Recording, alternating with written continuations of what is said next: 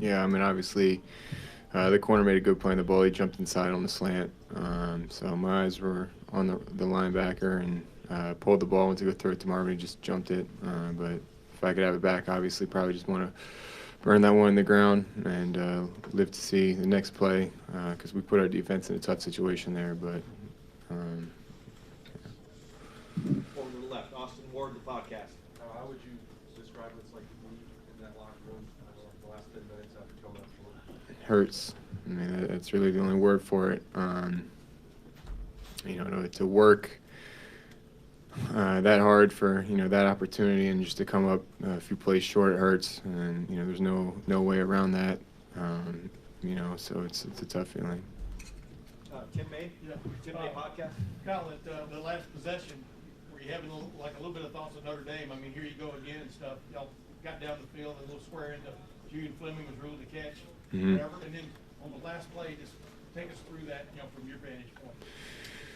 Yeah, so defense got us the ball back, down 6 with about a minute to go. No timeouts, so we knew we had to get the ball moving. Started off with a good completion to Marvin on the sideline, and then obviously Julian's play with Mecca with a great recovery. And obviously in that situation, they knew we were going to have to take a shot down the field to get the ball moving. And then looked like they played cover 2, the boundary there to Julian. And then so I went back to Marvin, kind of got hit as I threw it, and obviously get as much as on the ball as I wanted to. And, they made a play. That drive y'all wrote were basically the last, 6-8 plays were runs.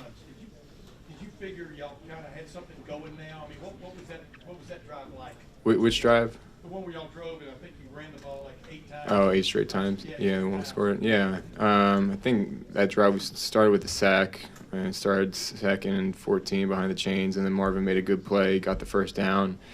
And then I think we just called straight runs after that. The O-line did a great job of moving them. Trey and Chip obviously did a great job of pushing the ball, and then to cap it off with the touchdown there, that was good.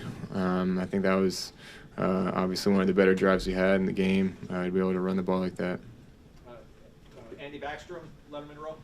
I don't know, the game just ended obviously, and you're trying to think through everything, but where can you guys go from here? I know you're a leader of this team.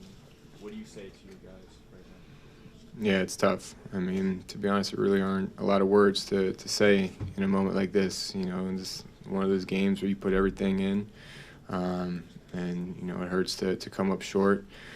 But we'll regroup tomorrow. Watch the film, obviously, make the corrections on it. But the worst part is that we kind of have to sit back now and see how everything shakes out. It's out of our control. But I know, like last year, we got a second chance at life there, getting in the playoff, and we came ready to play, motivated. But we'll see. Like I said, the worst part is that it's out of our control. Clay Hall, WSYX. Kyle, anything you learned just from being in this environment, the intensity, did it measure up to what you thought? Yeah, I mean, I think the biggest thing is that games like this come down to 1 or 2 plays. And, you prepare all offseason, you prepare all year long, and, your season really comes down to, a handful of plays, whether you make them or you don't. And, I think that just goes to show the margin of error, especially in games like this, are, it's so slim. So, obviously not the result we wanted, but like I said earlier, I think get back on the film, correct our mistakes, and move forward. Cameron T. Robinson, The Athletic. When Jaden missed that field goal right before half, what's the conversation like going into that half, and kind of how do you feel like that changed things? Yeah, I mean, it was, I don't know how long it was. It looked like 50 plus, maybe even a 6-yard field. I don't know how long it was. And we had the ball at like the 1-yard line, 2-yard line to start that possession. So even to get a chance at points there was a win for us. I mean, obviously, 3 points would have been nice there, but just to get the opportunity to put points on the board there, I think was good for us. So obviously, I think if he makes it, great. But if not, I don't think anybody batted an eye. We knew it was going to be a fourth quarter game. Nathan Baird, Cleveland.com. Kyle, you were part of a 2021 signing class that had so much expectations here for yourselves, I'm sure. I know it's raw today, but just what do you want to say about what that group has accomplished, and then I guess what happens now? Yeah, obviously, like I said, our future is really not in our hands anymore. So just sit back and see what happens. But in 2021 class, my brother's been, you know, three years where I felt like we were kind of building to this moment. To not get it done, it hurts. But a bunch of talented guys in that group, a bunch of guys that are going to do great things at the next level. But you know, I know this one definitely stings because you know this is what we talked about when we first got here, and you know, to lose on the stage hurts. And one final question. Bill Rabinowitz, Columbus Dispatch. Did it feel like after the early interception score that you were playing uphill all game? And just your thoughts on Marvin Harrison, almost certainly with the NFL, possibility of this being the last time you guys play together? Yeah, obviously the interception is not an ideal way to start off the game, and obviously they scored off the short field.